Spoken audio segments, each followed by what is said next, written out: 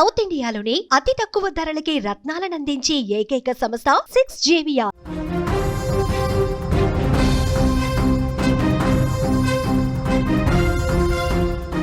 హైదరాబాద్లో దారుణ హత్య జరిగింది. మృతుడు రియల్ ఎస్టేట్ వ్యాపారి శ్రీకాంత్ రెడ్డి. నమ్మిన బాడీగార్డే మిత్రుడితో కలిసి అత్యంత దారుణంగా చంపేశాడు. కత్తితో విచక్షణ రహితంగా దాడి చేశాడు. ఒక నిందితుడిని పట్టుకున్నారు అక్కడ స్థానికులు. మరొక నిందితుడి కోసం గాలింపు ముమ్మరం చేస్తున్నారు. స్థిరాస్తి వ్యాపారంలో ఆర్థిక లావాదేవీలే ఈ హత్యకు కారణంగా తెలుస్తోంది. విధుల్లో నుంచి తొలగించినందుకే పగ పెంచుకున్నాడా? దీని మీద కూడా చర్చ వినిపిస్తోంది. ఇటీవలి కాలంలో చిన్న చిన్న విషయాలకే కోపాలు, కక్షలు విపరీతంగా పెంచుకొని ఇంతటి దారుణాలకు తెగబడుతున్నారు. కేవలం ఈగోతో ఎదుటివారి ప్రాణాలు తీసేయడానికి ఎక్కడా కూడా వెనుకాటం లేదు. ఒకప్పుడు ఆస్తులు, అంతస్తుల కోసం హత్యలు జరుగుతుండే, కానీ ఇప్పుడు పరిస్థితి మారిపోయింది.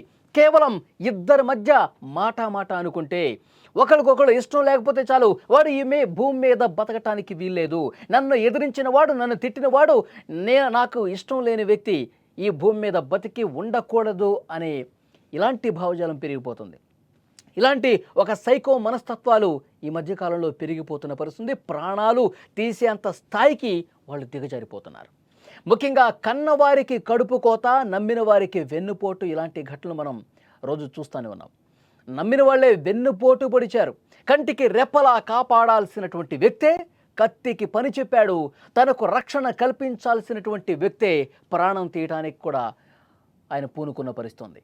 తన దగ్గరే పనిచేస్తున్న వ్యక్తి యజమానిని దారుణంగా హత్య చేసిన ఘటన హైదరాబాద్ నగరంలో తీవ్రంగా కలకలం రేపినటువంటి పరిస్థితి. అతడు ఇద్దరు ఈ ఘాతుకానికి పాల్పడ్డారు. రియల్ ఎస్టేట్ వ్యాపారి శ్రీకాంత్ రెడ్డిని ఇద్దరు దారుణంగా చంపేసి వెళ్ళిపోతున్న క్రమంలో అక్కడి స్థానికులు అడ్డుకున్నారు. ఒకడు పారిపోయాడు, ఒకడిని చుట్టుముట్టిన పరిస్థితి. ఒక్కసారి ఆ విజువల్ మీరు కూడా చూడండి. అతను చంపిన తర్వాత అక్కడి స్థానికులు అతన్ని పట్టుకున్న తర్వాత ఒక దగ్గర కూర్చునున్నాడు. కూర్చున్న తర్వాత కూడా ఎంత రుబాబుగా మాట్లాడుతున్నాడు. అక్కడి స్థానికుల్లో మళ్ళీ భయభ్రాంతులకు గురి చేసే విధంగా ఎలా మాట్లాడుతున్నాడు ఒక్కసారి ఆ వీడియో మీరు చూడండి.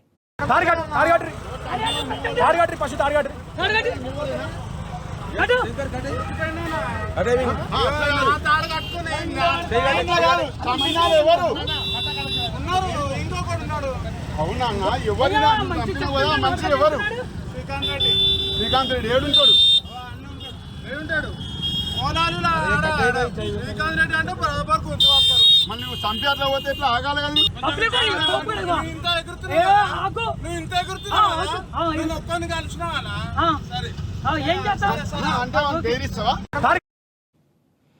అది చూసారా? అక్కడ ఉన్న స్థానికులు అతన్ని ప్రశ్నిస్తున్న సమయంలో నువ్వు చంపినటువంటి వ్యక్తి ఎవరు, నువ్వు ఇలాంటి పని చేస్తావు అని చెప్పి అక్కడ స్థానికులు కొంతమంది ప్రశ్నిస్తే, నువ్వు ఇంత ఎగురుతున్నావు కదా, నువ్వు నన్ను ఇట్లా మాట్లాడుతున్నావు కదా, చూస్తా నీ సంగతి అంటూ అక్కడ ఉన్నటువంటి వాళ్ళను కూడా ఏ విధంగా బెదిరిస్తున్నాడో మీరు చూశారు. హైదరాబాద్లోని Kapra circle, Meerpet housing board colony పరిధిలో ఈ దారుణం జరిగింది. స్థిరాస్తి వ్యాపారి శ్రీకాంత్ రెడ్డిని నమ్మిన సహచరుడే మిత్రుడితో కలిసి దారుణంగా చంపేశాడు. ఈ ఘటనతో ప్రాంతం మొత్తం కూడా ఒక్కసారిగా షాక్ అయిపోయింది. ఉద్రిక్త పరిస్థితి నెలకొన్న సిచ్యువేషన్ ఉంది. అసలు పూర్తి డీటెయిల్స్ ఏంటో చూస్తే, హెచ్బీ కాలనీలోని మంగాపురం కాలనీకి చెందిన 41 ఏళ్ల శ్రీకాంత్ రెడ్డి రియల్ ఎస్టేట్ వ్యాపారం చేస్తూ ఉన్నాడు. ఇంటి పక్కనే ఒక కార్యాలయం కూడా నిర్వహిస్తూ ఉన్నాడు. కొన్ని నెలల క్రితం లాలాపేటకు చెందిన ధనరాజ్ అనే వ్యక్తిని తన వద్ద బాడీగార్డ్గా పెట్టుకున్నాడు, తనకు అసిస్టెంట్గా పెట్టుకున్నాడు. అతని ప్రవర్తన నచ్చకపోవడంతో కొద్ది రోజుల క్రితం అతన్ని పనిలోంచి తీసేశాడు. దీంతో కోపం పెంచుకున్నాడు ధనరాజ్. దాదాపు 10 రోజుల క్రితం మద్యం తాగేసి వచ్చాడు. ఒకసారి శ్రీకాంత్ రెడ్డి కాలేయానికి నేరుగా వచ్చి, ఆఫీస్కి నేరుగా వచ్చి గొడవ పడ్డాడు. నన్నే పనిలోంచి తీసేస్తావా? నీకు ఎంత దమ్ము, ఎంత ధైర్యం? నన్ను పనిలో పెట్టుకున్నావు, నేను అసలు ఏం తప్పు చేశానని చెప్పి నన్ను ఉద్యోగం నుంచి తీసేస్తావని తాగొచ్చి గొడవ పడ్డాడు. ఆ రోజే చెప్పాడు, నేను చంపేస్తా నిన్ను అని తాగొచ్చి గొడవ పెట్టుకొని నానా రచ్చ చేశాడు కొన్ని రోజుల క్రితం.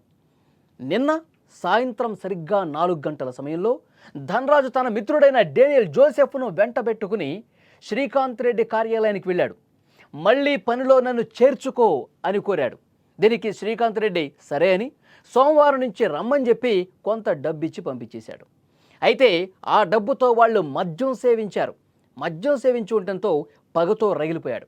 శ్రీకాంత్ రెడ్డి నన్ను చాలా విధంగా ఇబ్బంది పెట్టాడు, శ్రీకాంత్ రెడ్డి నన్ను ఉద్యోగం నుంచి తీశాడు, ఈరోజు నేను అతనికి థ్రెట్గా అతన్ని బెదిరించాను కాబట్టి ఇప్పుడు మళ్ళీ ఉద్యోగంలో పెట్టుకోవడానికి అతను ఓకే అన్నాడు. కానీ అతను మనసులో నన్ను ఉద్యోగంలోకి తీసుకుందామని లేదు, అతని వ్యవహార శైలి నాకు నచ్చలేదని చెప్పి మధ్య మత్తులో వాళ్ళిద్దరూ బాగా మాట్లాడుకున్నారు.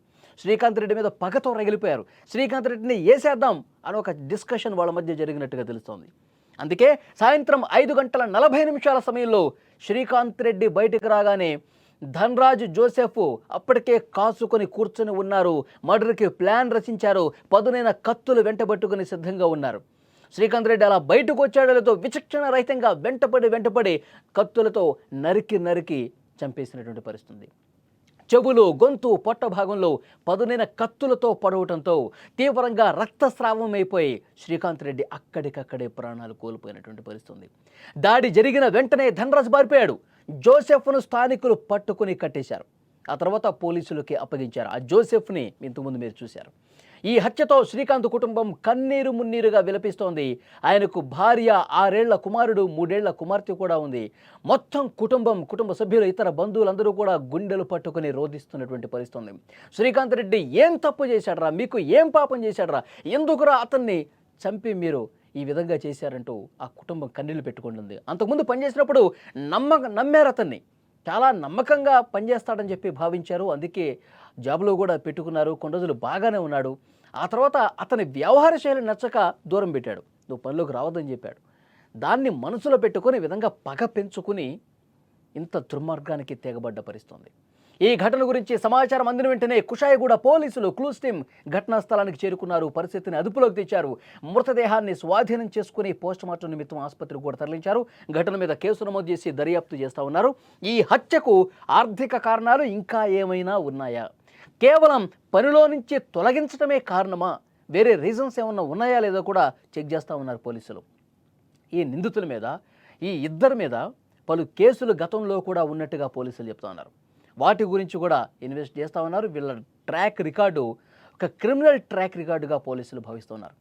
ఎంత దారుణం చూడండి, ఎంత దుర్మార్గం చూడండి. పనిలో పెట్టుకొని వాళ్లకు ఉపాధి కల్పించి నెల శాలరీ ఇచ్చి నీ తీరు బాగాలేదంటే వీళ్ళు హత్య చేసే స్థాయికి వచ్చారంటే వీళ్ళ వ్యవహార శైలి ఏ విధంగా ఉందో అర్థమవుతుంది కదా. అందుకే కదా పనిలో నుంచి తీసేసింది. వీళ్ళంత దుర్మార్గంగా ప్రవర్తించే మైండ్ సెట్ ఉన్నది కాబట్టే వీళ్ళు మనకి సెట్ కారు, మన దగ్గర ఉద్యోగానికి వీడు కరెక్ట్ కాదని ఆ శ్రీకాంత్ రెడ్డి భావించబట్టే కదా ఒకసారి ఉద్యోగం నుంచి తీశాడు. మళ్ళీ బెదిరిస్తూ ఉన్నాడు. ఒకసారి మద్యం తాగేసి వచ్చి గొడవపడి ఉద్యోగంలో నుంచి నన్ను ఎందుకు తీసేసావు, నీ అంతు చూస్తా అని చెప్పినటువంటి పరిస్థితి ఉంది. సర్లేరనైనా నేను మళ్ళీ ఉద్యోగంలో పెట్టుకుంటాలే, కొంత చేతిలో డబ్బు కూడా పెట్టేసి సోమవారం నుంచి రా అని చెప్తే వీళ్ళు ఆ ఇచ్చినటువంటి డబ్బుతో పక్కన ఒక బార్కి వెళ్ళి మందు కొట్టేసి పదునైన కత్తులు తీసుకొని మర్డర్కి స్కెచ్ చేశారు. ఇంత దారుణం చూడండి. ఎవరిని నమ్మటానికి వీల్లేదు. ఎవడు ఎలా ప్రవర్తిస్తాడో, ఎవడు ఎలాంటి సైకోయిజాన్ని చూపిస్తాడో ఏమీ చెప్పలేని పరిస్థితుంది. కేవలం ఒక చిన్న గొడవలకే ప్రాణాలు తీసేసే పరిస్థితుంది. చిన్నపాటి మనస్పర్ధలకే తలలు తెగ్గొట్టే పరిస్థితి కనిపిస్తోంది. నిజంగా చాలా దుర్మార్గమైనటువంటి పరిస్థితి. హైదరాబాద్లో క్రైమ్ విపరీతంగా పెరిగిపోతుంది. ఎక్కడ చూసినా చంపడాలు. కూకట్పల్లిలో మనం చూడలేదా, ఒక అపార్ట్మెంట్లో పని చేస్తున్నటువంటి వ్యక్తే, ఇక్కడ కూడా జాబులో నుంచి తీసేసినందుకే కదా కారణం. అక్కడ కూడా పని మనిషే మార్వాడికి సంబంధించిన ఒక మహిళను చాలా దారుణంగా చంపేసి కత్తులతో పొడిచి చంపేసి ఇంట్లో ఉన్నటువంటి బంగారమో సొమ్మో ఏదో తీసుకుని పారిపోయారు.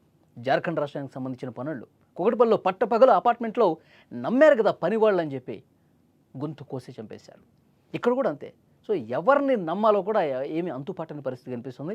హైదరాబాద్లో ఇలాంటి వార్తలు రోజుకొకటి కనిపిస్తూ ఉంటే హైదరాబాద్ అసలు వణికిపోతున్నటువంటి సిచ్యువేషన్ ఉంది. ఈ ఘటనకు సంబంధించి మీరు ఏం చెప్తారు? ప్రతి ఒక్కరూ రియాక్ట్ అవ్వండి. తన దగ్గర పని చేస్తున్నటువంటి వ్యక్తే, నమ్మకంగా ఉన్నటువంటి వ్యక్తే ఇంత దారుణంగా నడి రోడ్డు మీద కత్తులతో పొడిచి చంపారంటే ఎలా అర్థం చేసుకోవాలి? కామెంట్ చేయండి.